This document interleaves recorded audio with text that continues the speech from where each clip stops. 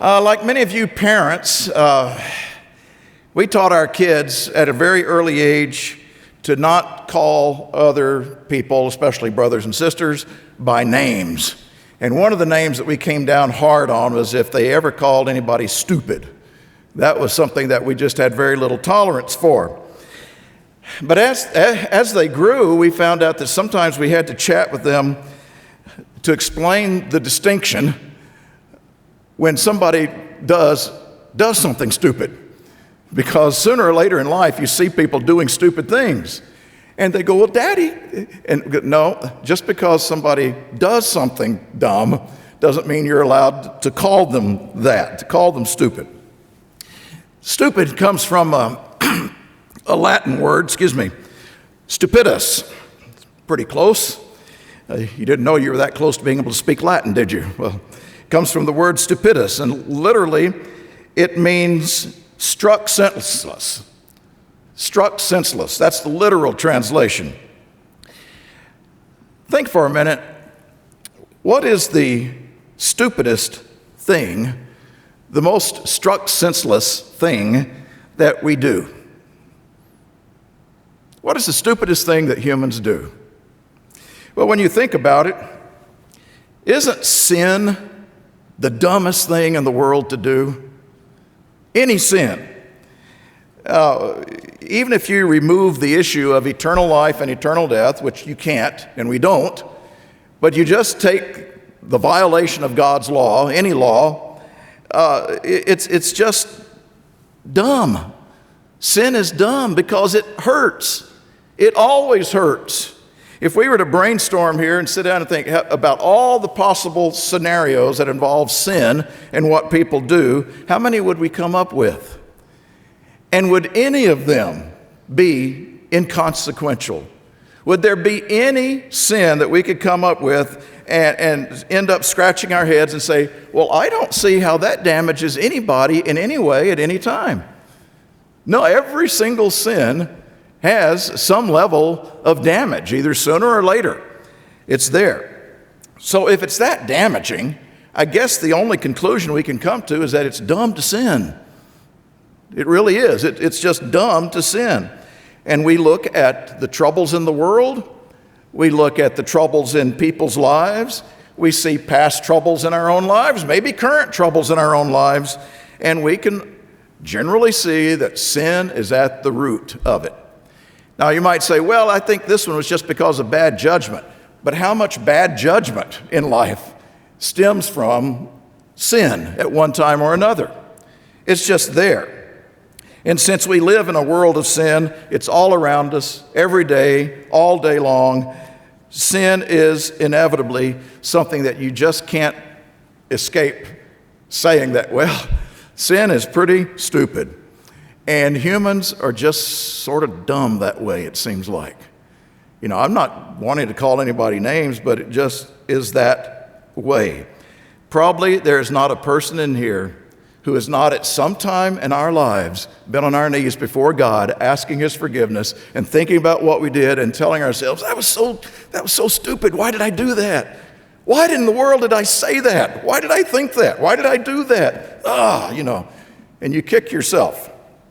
It was probably running through Adam and Eve's mind as they left the garden. I gave this sermon in Sherman a few weeks ago, and the next Sabbath, one of the young mothers came up to me. She said, I have to tell you this. She said, I was taking my little girl, 4 or 5 years old, to the bathroom, had to take her to the bathroom during your sermon. And we got out in the hall, and she said, Mommy, why is that man calling people stupid? And she said, no, dear, he's not calling people stupid. He's just saying that humans do some stupid things. She said, oh. She said, like if I eat a donut, when you tell me not to eat the donut, that would be stupid, right? She said, got it. Well, how many times have humans eaten the donuts after God told us not to do it? You know, we just do these things. So not only do we do that, we're crazy. Albert Einstein is credited with the statement, the observation, that insanity is doing the same thing over and over and expecting different results. And yet, isn't that the story of humanity? when it comes to sin, we humans have done the same things over and over and over and over. It's not like new sins evolve out of nowhere. It's always been the same list of sins. They've always been there, and we just keep on repeating them. Individuals repeat, generations repeat, humanity throughout history has repeated. The day that the Russians invaded Ukraine and you saw what was coming, it just makes you want to pull your hair and say, can't we find a better way? Here we go again, doing the same old dumb thing. I think it's like humans have just decided that, well, the only way to deal with life is to try to use sin to your advantage, some way over the next guy. It's strange, isn't it? But have you ever thought about this? God's people are called to understand and take a different view of this. We have been given an opportunity to learn some things, and once we begin learning, we begin to think a lot. We begin to think a lot about these opposing concepts of sin and righteousness. We begin to consider, how much does the world think about this? How much talk do you hear in society about sin and righteousness? But your mind begins to go to that. There's a shift that takes place when you start learning God's way, and we begin to think a lot about this. And actually, God expects us. He does expect us to become, if you will, like professional students, where we become professionals at understanding both sin and righteousness. He teaches us to take sin and to walk around it and to look at it from all angles and to think about all the permutations of it. And we began to understand this. We began to study it. We began to think, where does this come from? And we began to understand that. How does it work on our motivation? How does it affect us mentally and emotionally and spiritually? And how does it present itself? Why does it present itself so deceptively? Why does it trick people so easily? Who's the driving force behind it? How does it trap us? How does it trap people in its ways? How does one sin affect another sin? One action leads to another, and it plays off of each other in those ways. How is it that it blinds people? We begin to think about all of these things. I have spent my lifetime studying sin. And you have too, since you came into an understanding of God's way, because it's important. And we begin to understand this is a matter of life and death, and so we study it throughout life. That's what Christians do. That's what we do.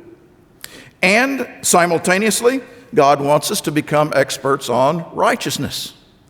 And we begin to think and learn about righteousness, studying it, learning about it, looking at all aspects of it, walking around that and looking at everything we can understand about righteousness, understanding the depths of it. And we research that and consider that just like we do sin, all aspects. Where does it come from? How does it work on our motivation? How does it affect us mentally and spiritually and emotionally? How it, unlike sin, never presents itself deceptively. It never does that. But it does present itself as something that we have to pursue. And so we begin to learn about how righteousness works, how it doesn't come naturally, how it frees people, though, from sin, how the Spirit of God works as the driving force behind it, how one aspect of righteousness can lead to other steps of righteousness, other aspects of it, why it opens our minds to understanding sin itself, why righteousness takes spiritual discernment and spiritual insight to understand and apply it. Grasping what righteousness is also a matter of life and death. And so we study it all our lives. That's what Christians do. We study righteousness and sin. And the more you gain in knowledge of the Bible, you begin to realize that so much of what is in this book is a record of sin and righteousness. Stories, examples, telling us how it works, how life works under sin, how life works under righteousness. So much in this book is dedicated to those great lessons. It is a book of case studies about the motivation and the thinking that led people to sin or led people to righteousness. It's also a book of repetition. We see over and over the lessons laid out for us to see. And we see that these lessons have been preserved so that we can make a right choice in life. Choose life, that you and your seed may live. That's it. Understand, choose life, so that you and your seed may live.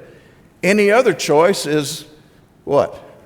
Well, isn't any other choice than that stupid? Isn't it stupid to choose death? That was one of the dumbest choices we could make, would be to choose death.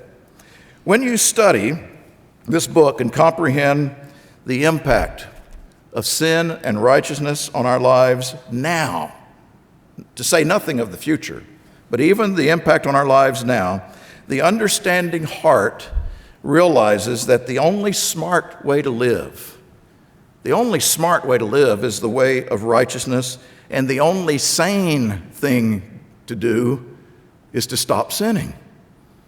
That's what is sane, because we know the results. The bottom line, sin is dumb and crazy.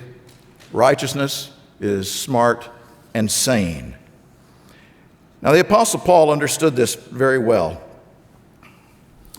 In his own life, he made a statement once where he said that there was a time when he was so full of himself, by his own admission, in essence, that he came to see that was just so dumb. He said all of that way of thinking was just, he called it garbage later. And as he matured and was given the responsibility of helping others see things, he wrote a letter one time to a congregation. It was just a little earlier than this time of the year. And he focused a lot on principles of living smart and living sane. If you want a title to this message, that's it. Living smart, living sane. The Corinthians were a fairly confident group. Probably very overconfident, in fact. And we could even go so far as to calling them self-confident. They were pretty sure that they were doing the right things.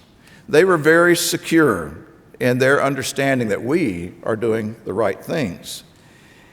A good student of sin and righteousness will instantly recognize that line of thinking and will say, don't go there, don't go down that road, because being very self-confident takes you to some not very smart places.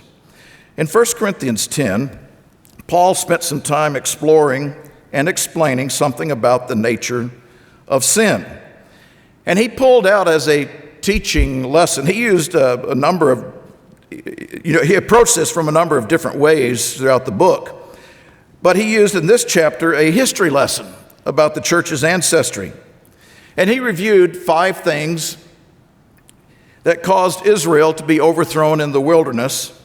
And then he drew a really important lesson for the moment.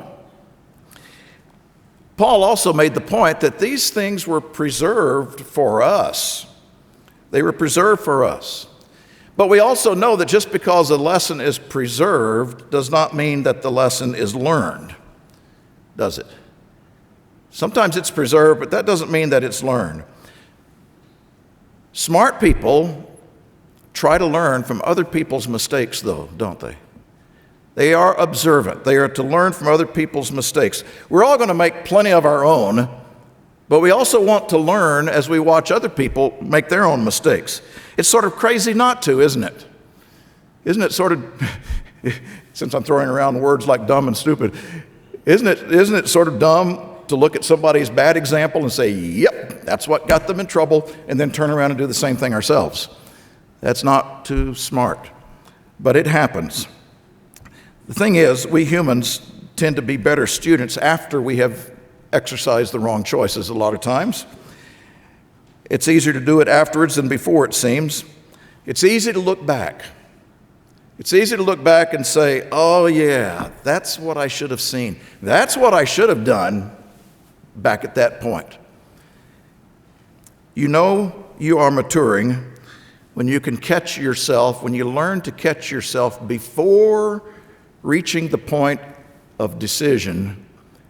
But when you're thinking about something, when you can catch yourself at that point and think about where will this path lead and where will that path lead. That is something to grow into. If I do this, that's going to happen. If I do that, this is going to happen. And now I will make my choice based on what I have thought through. The student who has learned the lessons before they make the choice will be a much more effective and beneficial person. It's smart. It's sane. There are some deep lessons here in 1 Corinthians 10. Let's begin in verse 1. He said, "Moreover, brethren, I do not want you to be unaware that all of our fathers were under the cloud, all passed through the sea, all were baptized into Moses in the cloud and in the sea, all ate the same spiritual food, and all drank the same spiritual drink. For they drank of that spiritual rock that followed them, and that rock was Christ." They had lived in a remarkable time. They saw many blessings from God directly, miraculously. They had seen protection.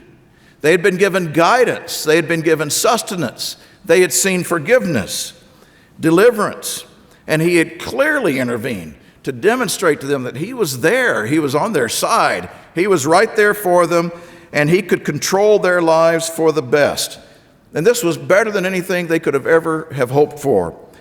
But he did not do everything for them. He was there, but he expected them to do some things too. He opened the sea for them, but he did not give them a seagoing cruise ship to make the transport across the Red Sea. He did not build a highway for them through the desert. He had them do some things. He wasn't their genie in a bottle doing whatever they wanted, but he did want to needed to teach them, to get into their hearts. So Paul is explaining here the parallel between God's people under Moses and God's people under Christ. Through baptism, we are provided with our spiritual food and drink. Everything we need is given to us through God's Spirit for this trek in life. And like the Israelites, God's not going to do everything for us. He wants us to learn things. We need to learn things along the way. He wants to get into our hearts. Verse 5.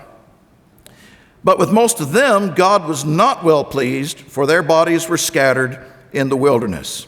Of the generation that left Egypt, only two people went into the promised land in Canaan, Joshua and Caleb.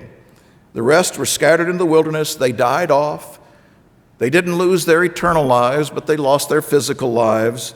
And there are some great teaching parallels, and he begins to make that point in verse 6. These things happened, or rather, these things became our examples. They became our examples. He mentions that twice in this chapter, also in verse 11. We'll come to that.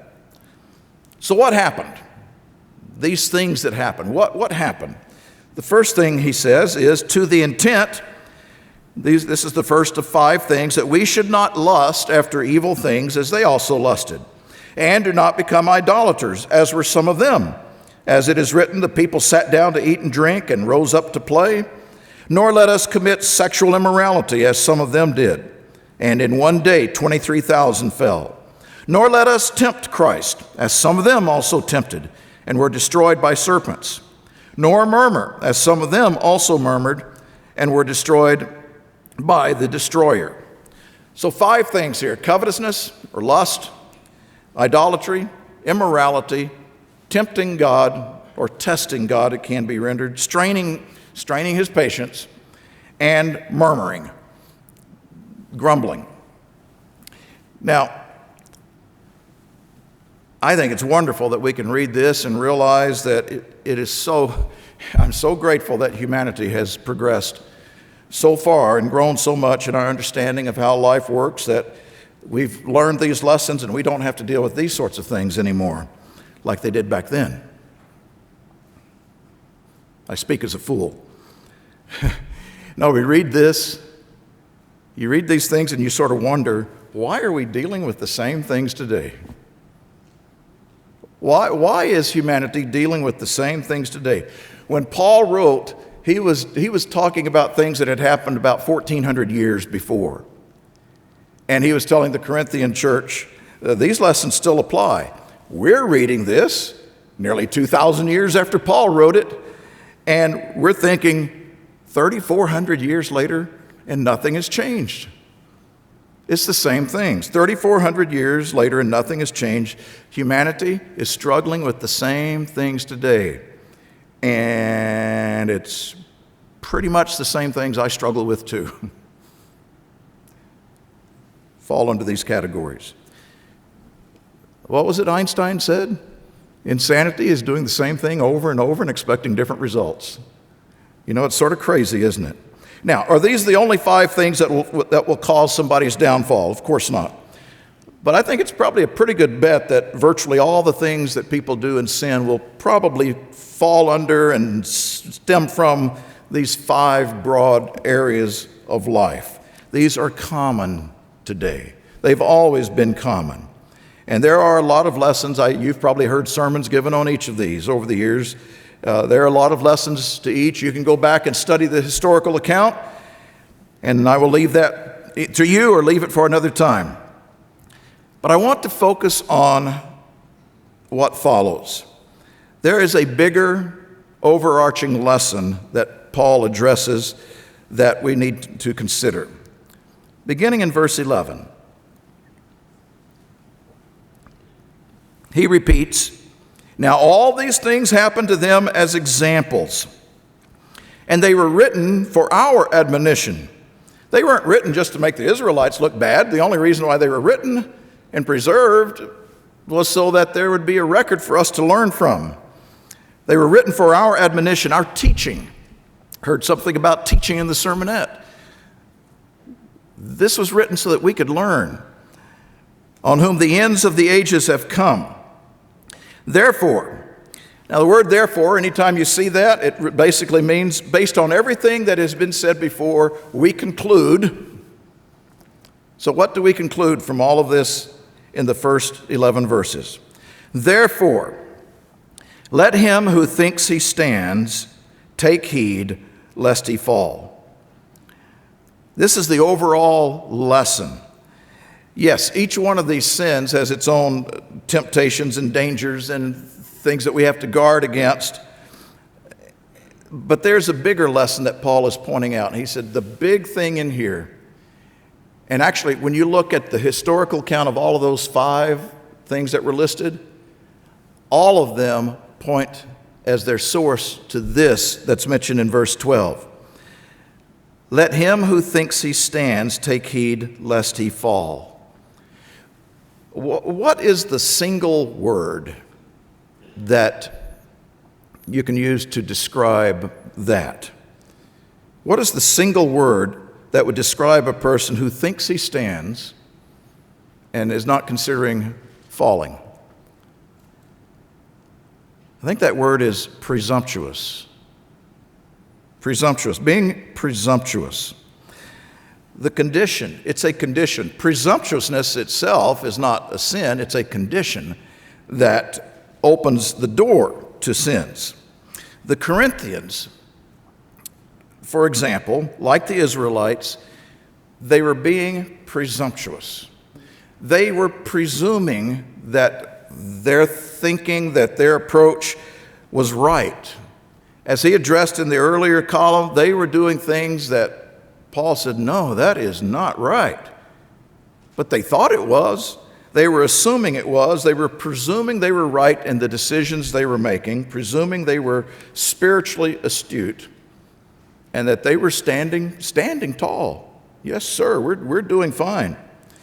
And that was what he was getting at, a presumptuousness. It's a very interesting thing. Now, he's drawing the parallel to the Israelites, but it's not a totally fair parallel because the Israelites were at a disadvantage. They didn't have God's Spirit.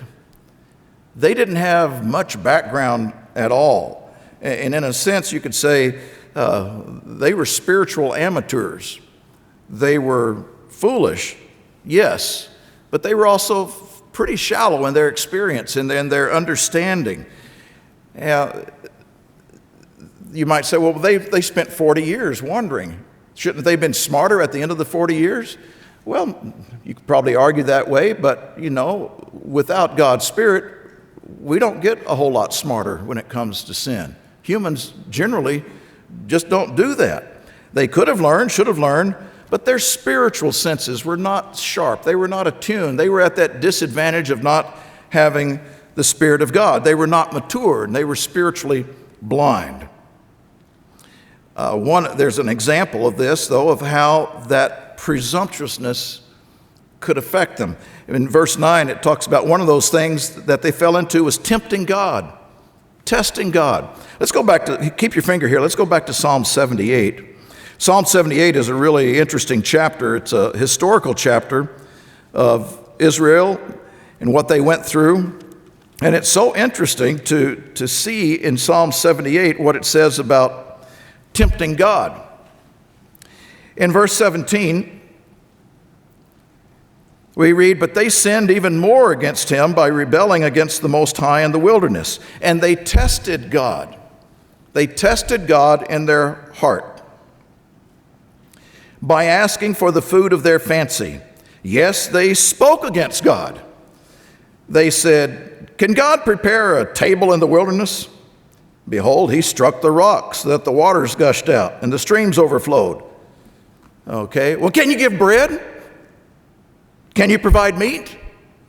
They just kept pushing, no matter what he did. They were never satisfied.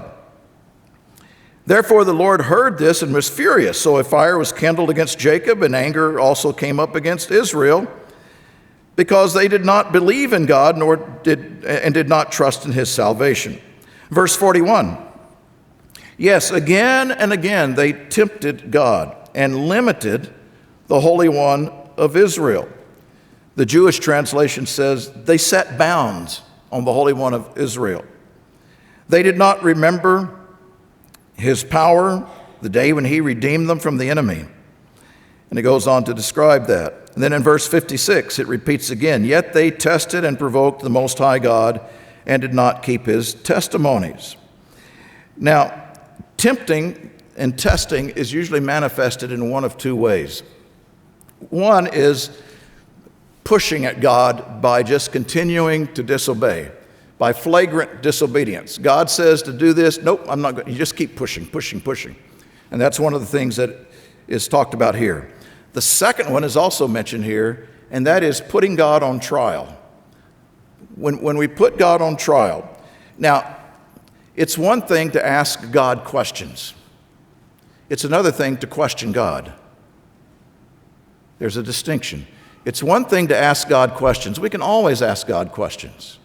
But it's another thing to question God, to become accusative, to become doubting.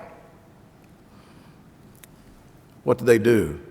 Why did you lead us out here to die? Why did God do this? Why are you letting us down, God? That's accusative.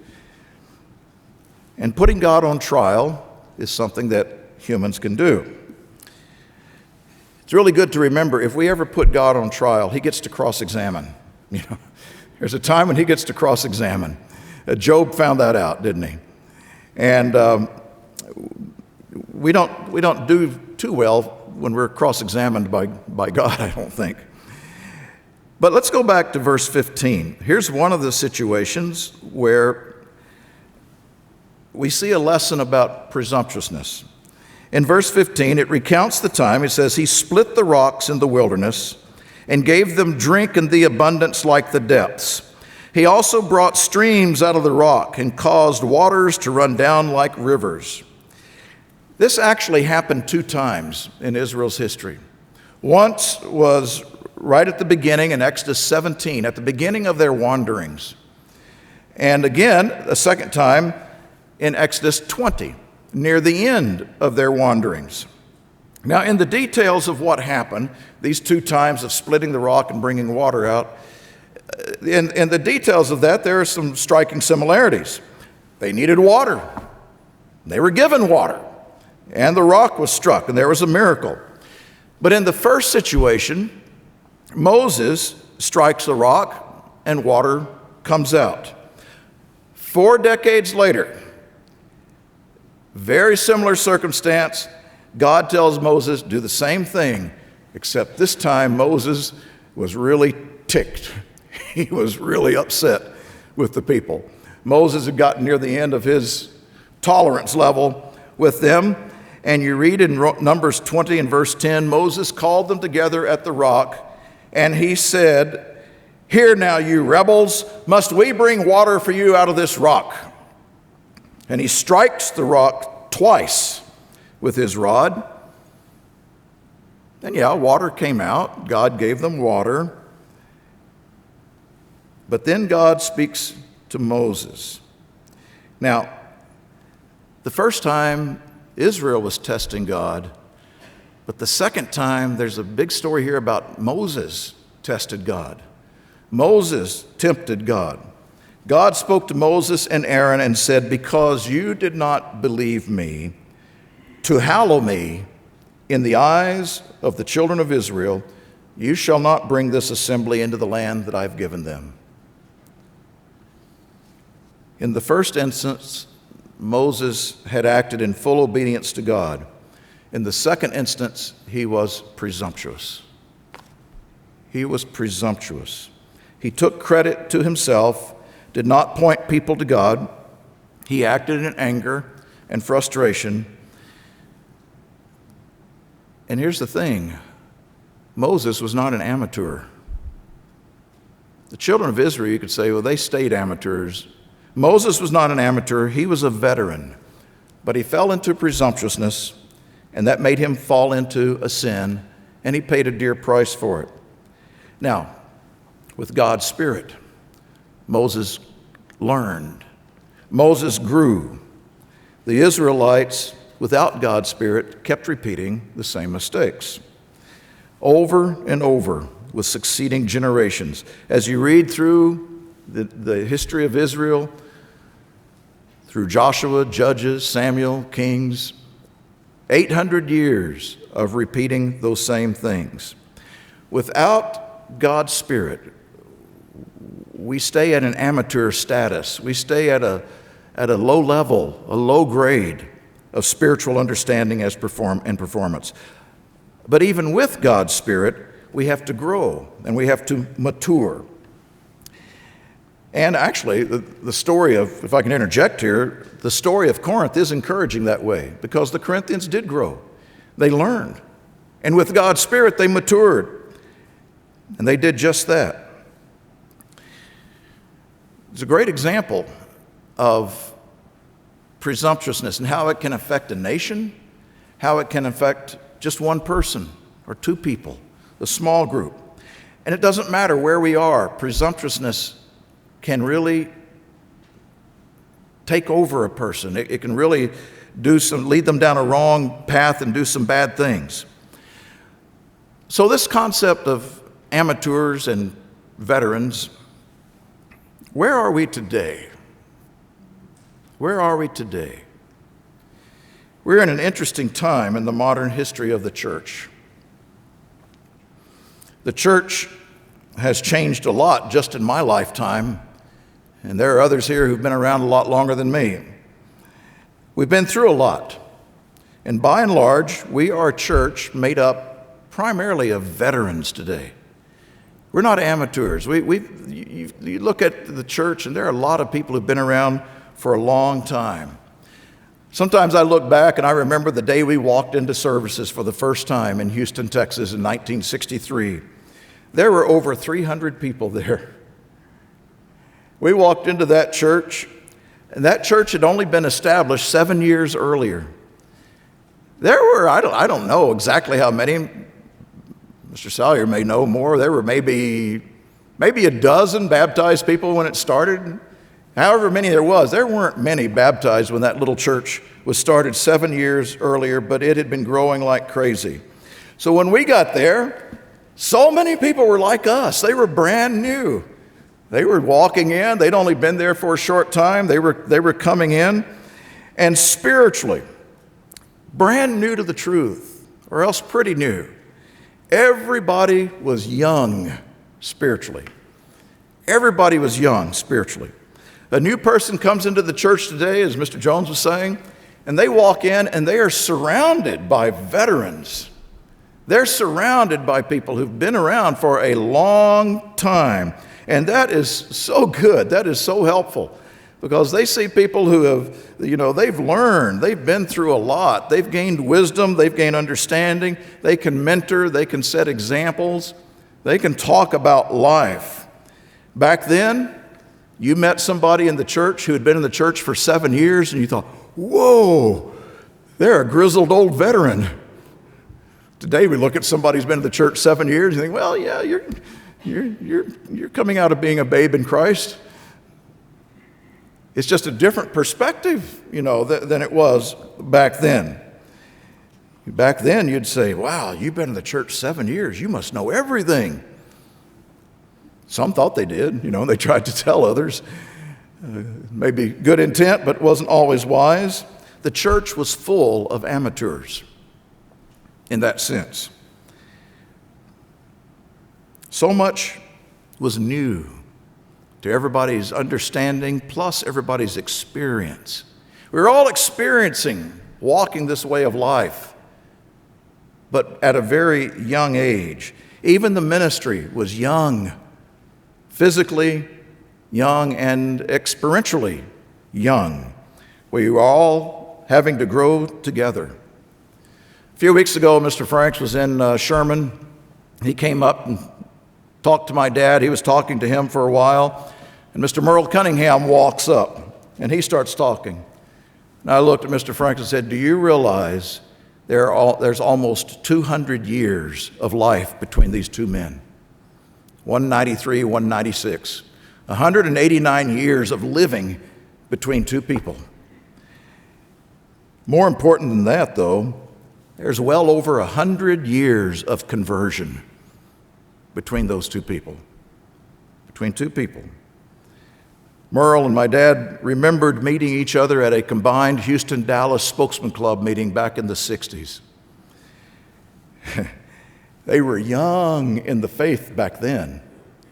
They were young. They might have had 10 or 15 years of conversion between them. So they were young. They were amateurs. But they were growing. I was 11 when we started this way of life. This year was my 52nd Passover. I wonder if you took the average number, or if you took all the numbers of Passover who have kept the Passover. Let me rephrase that. If you added the number of years that everybody in this room has kept the Passover and divided it, I wonder what the average would be. I suspect it would be into several decades, on average. A few decades. During that time, I've been through a lot. You have been through a lot.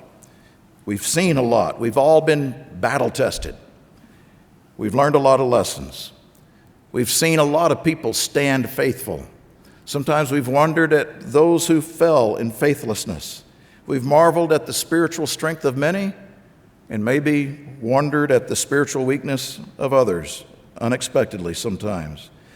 We could very confidently tell somebody new, yeah, we've been there, seen that, done that. Many of you could. We all could.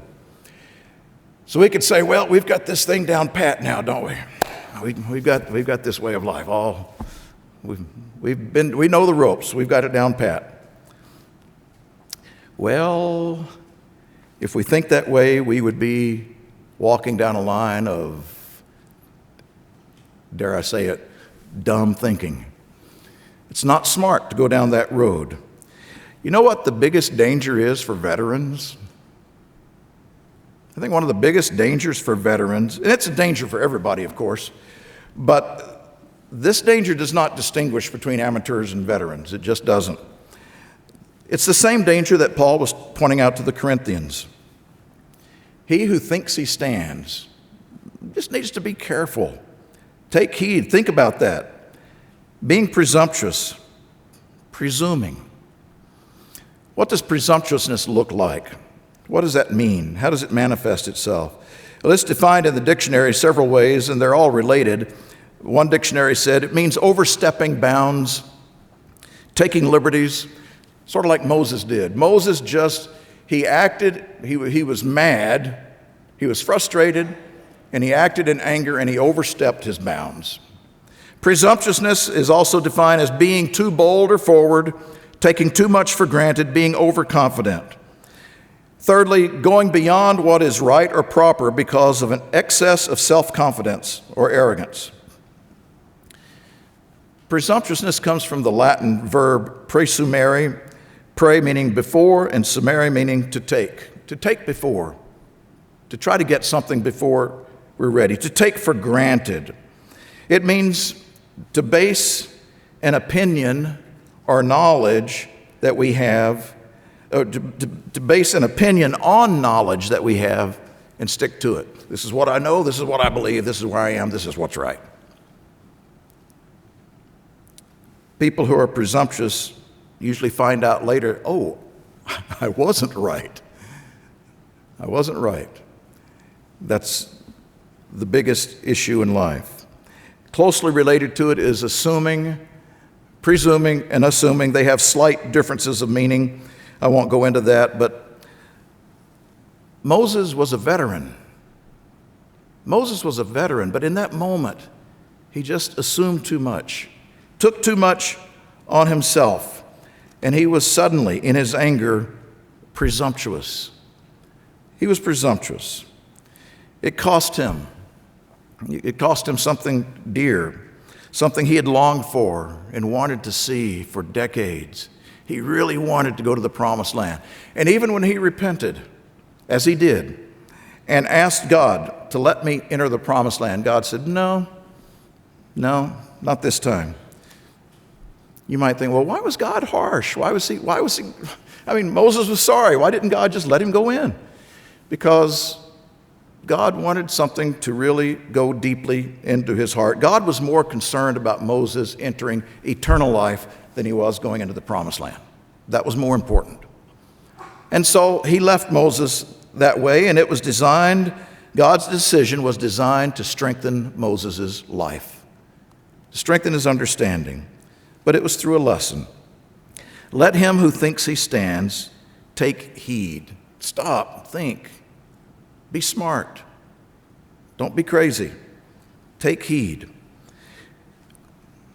Peter had a take on this too. In 2 Peter 2 and verse 10, 2 Peter 2:10, when you read these men writing these things, of course they're under the inspiration of God's Spirit, but they are also drawing on their own experiences, things they had learned, things they recognized. In 2 Peter 2 and verse 10,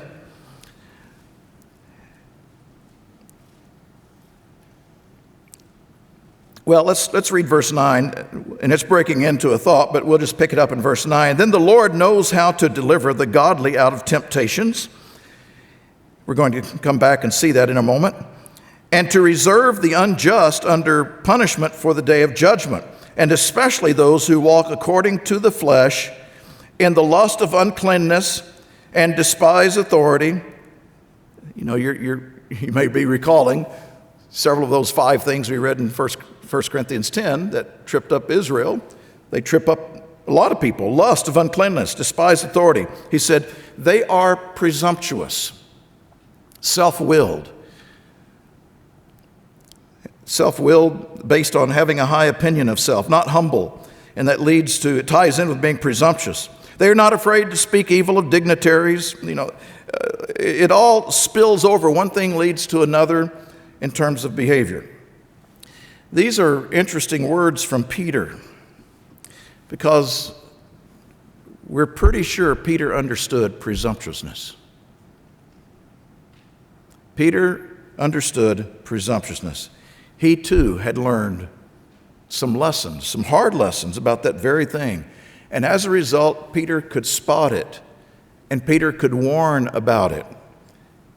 I suspect, don't you, that Peter probably thought about this daily, if not daily, very regularly, because of what he had gone through. And if he didn't think about it, he had reminders. You know, the day I was preparing this sermon, I thought about Peter. I was sitting on my porch early in the morning. Now, as Mr. Burnett mentioned, we moved up to Sherman, but we don't live in Sherman. We moved out in the country. I'm back to my country roots, and I'm very grateful for it. But we have roosters to the back, roosters to the side, and roosters to that side. We are surrounded by roosters. Let me tell you something about roosters if you don't know about this. Roosters do not crow to announce the breaking of a new day. Roosters crow at any time of the day. Roosters crow at 2 o'clock in the morning, 3 o'clock in the morning, 4 o'clock in the morning. It doesn't matter. And then when one starts, then they get into a contest. And you hear the one in the back, and then here comes this one, and here comes that one, and they get into these crowing contests. And you just say, come on, guys, it's 2 in the morning. Look at your clock. It's not near, the sun's not anywhere near up. But they just go all the time. I'm not complaining. I like it. After a while, after a week, you don't hear them anymore. I like getting up in the morning. I'd rather listen to roosters and guineas than sirens in the city. You know, I enjoy it. But consider this. What did Peter think about every time he heard a rooster? Every time Peter heard a rooster, do you think that might have triggered something for him? He might have thought about being presumptuous and what that does, because that had been Peter's nature. We all are presumptuous from time to time, but that was just part of Peter's nature. It was his default position that he seemed to go back to. There were many times, many accounts of this. Jesus would say one thing, Peter would come back with a different opinion without stopping to think it through first. We just presume. There are many stories, but just on the night of that last Passover, you have the accounts. Peter, you'll never wash my feet. That was sort of presumptuous. If all these guys forsake you, I never will. They're not going to take you without a fight from me.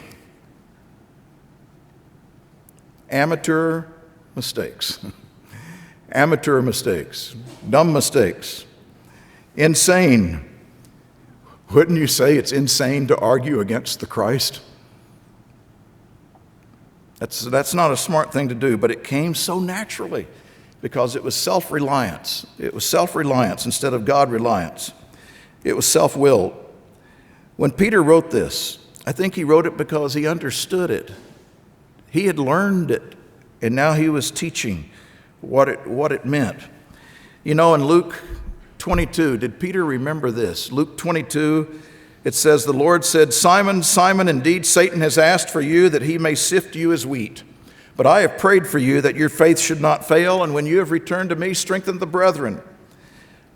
But he said to him, Lord, I'm ready to go with you, both to prison and to death.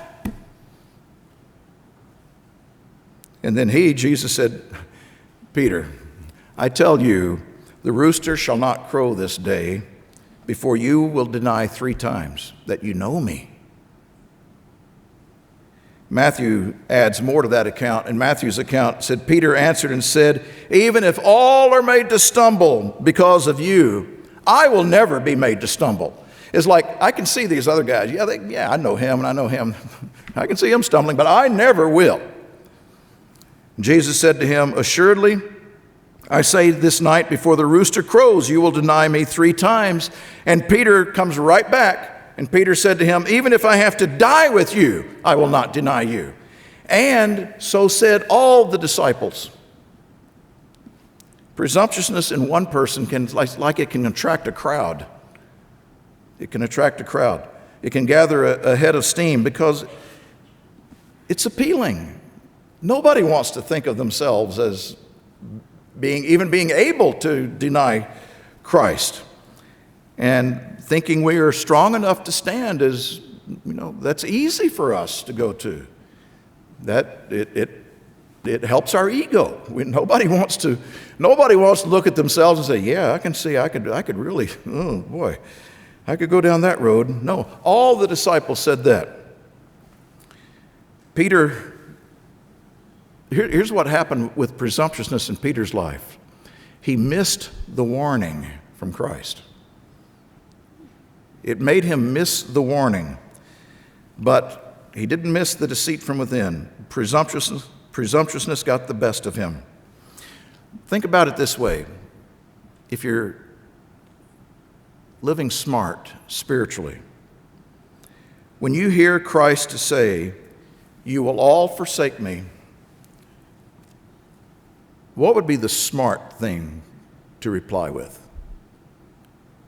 What would be smart? Well, it would be smart to say, stop, Jesus, wait a minute. Can we back up to what you just said? What are you telling me? What are you telling me about myself? You must know something about me that I don't know or don't think, because you're God and I'm not. So you must know something. Help me to understand. That would be the smart thing, wouldn't it? But presumptuousness makes us blurt without thinking. And that's what Peter did. And he says, hey, even though all will deny you, all can leave you, but I won't. I stand. I stand. That's what Paul was writing about. The fall came quickly and dramatically. Later that night, Peter was accused by several of being one of Jesus' disciples, and he said in Luke 22, "Man, I don't know what you're saying." Matthew's account says he began to curse and swear. He went places he didn't think he would go.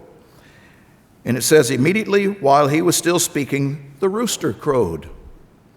And the Lord turned and looked at Peter. And Peter remembered the words of the Lord and how he had said to him, "Before the rooster crows, you will deny me 3 times." So Peter went out and wept bitterly. It was a hard lesson, but it was a good lesson, because Peter became a different person after that. And then once the day of Pentecost came and Peter and the others received God's Spirit, they were really on the road to being different people. But I can't help but think that for the rest of his life, whenever Peter heard a rooster crow, he probably had a different reaction than you or I might. I wonder if sitting on the porch in the dark of the morning drinking his coffee and you hear the rooster crow, and we can sit there and say, "Oh, there's Mr. Rooster." I wonder if Peter's mind went to a different place. I wonder if Peter was reminded what it means to be presumptuous, to be self-assured. These things can become our greatest enemies, and yet they can be so blindly comforting, and we can snuggle up to them. When the rooster crowed, did Peter ever remind himself, be careful about being presumptuous? Did he ever remind himself, yes, listen to God, talk to God, seek to really hear what God has to say, check in with Him, ask God, help me to be smart, help me not to think in the crazy ways I used to think, where I would trust my own instincts and rely on my own intuition. Brethren, I think one of the smartest prayers we can pray, one of the most needful prayers to pray every day is, God, Father, help me think. Just help me think the right way. Help me think. Help me think your way. Think your thoughts. See things through your eyes. Not to be too hasty, to jump to my own conclusions and rely on myself, but to let this mind be in me that was in Christ Jesus. Help me to think. It's a good prayer. I strongly suspect any rooster crowing rang those bells for Peter all the rest of his days. I suspect there are things that ring our bells too. Not roosters, but we probably all remember things that, okay, yep, that was a great lesson learned. Paul knew that too. Paul knew that too.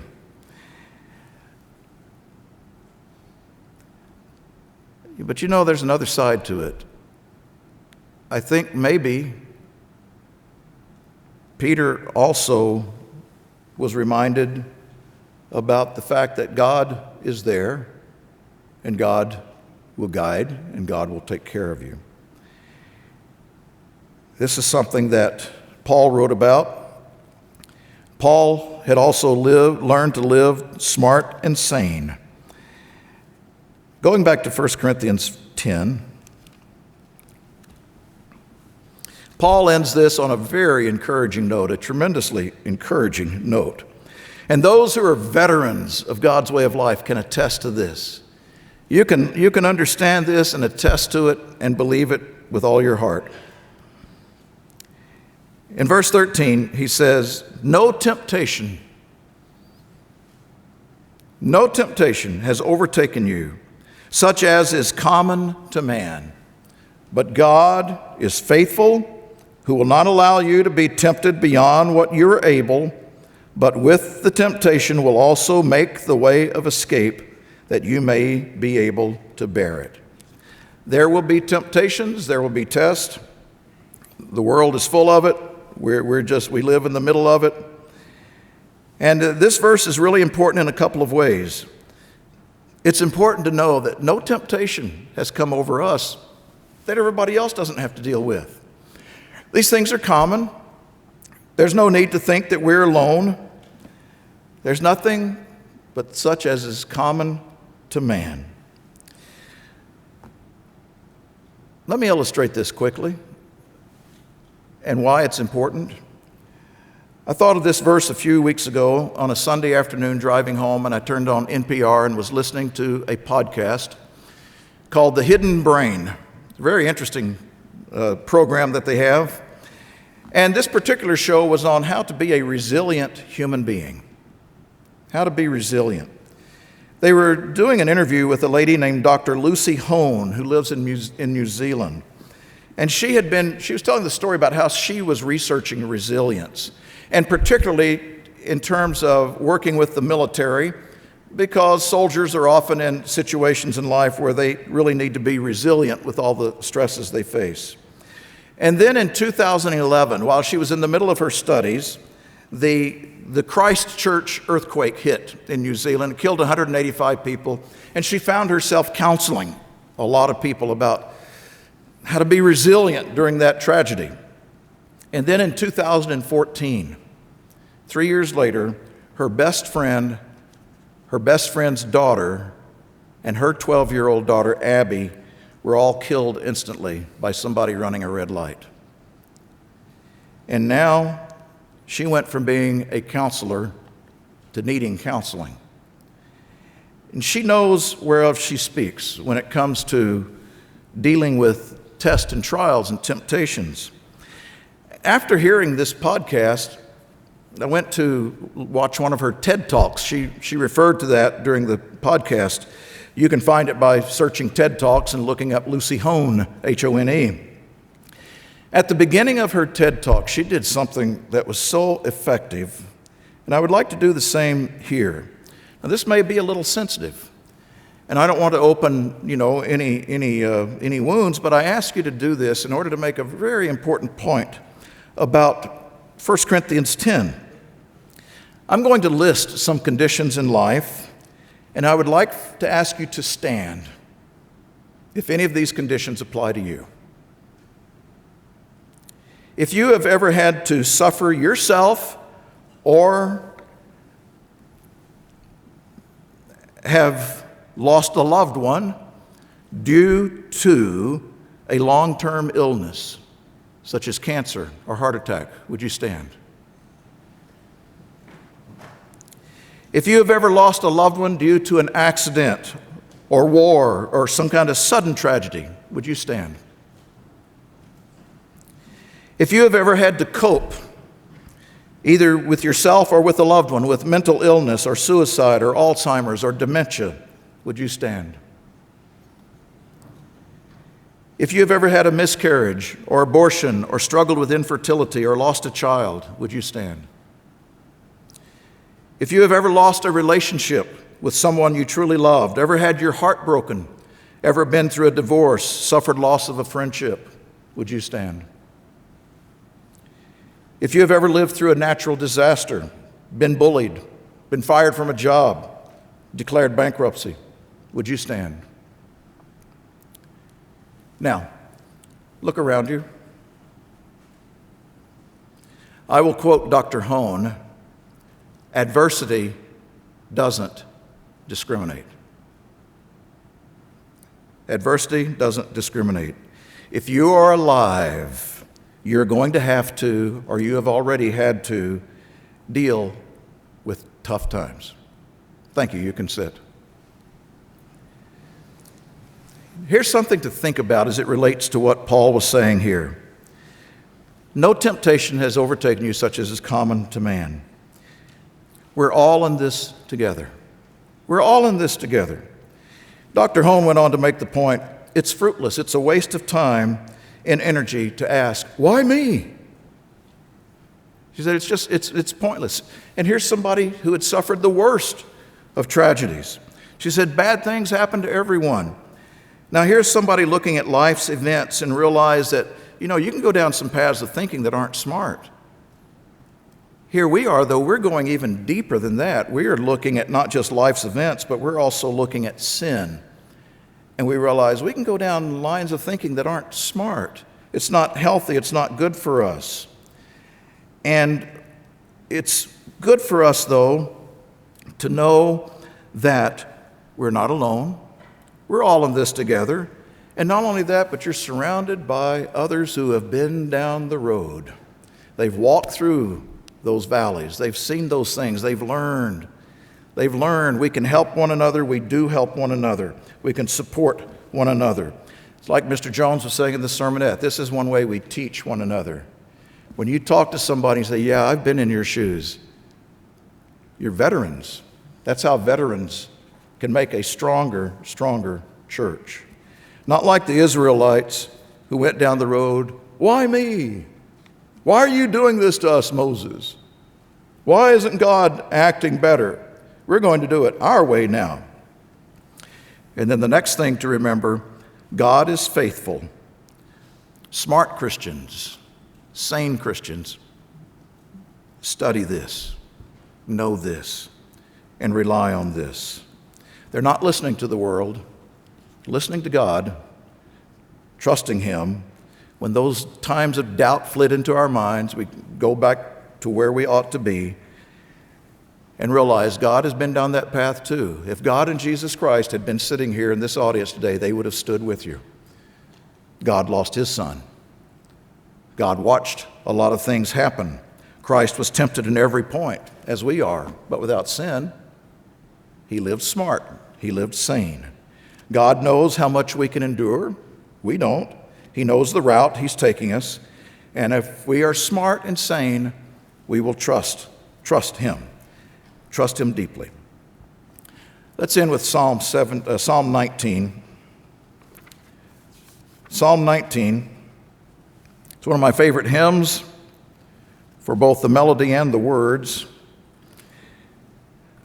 We only have three verses in our hymn, and I wish he would have covered more than just verses 1 through 8. The rest of the chapter is deserving at least another 3 verses. Psalm 19.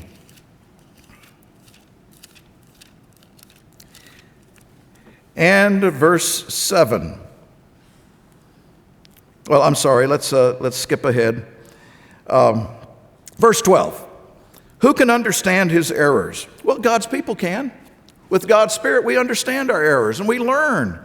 We learn not to be presumptuous. It's a continual learning process. Smart, sane Christians can understand those errors based on sin. It's not smart, it's dumb. And repeating them is just constantly increasing the insanity.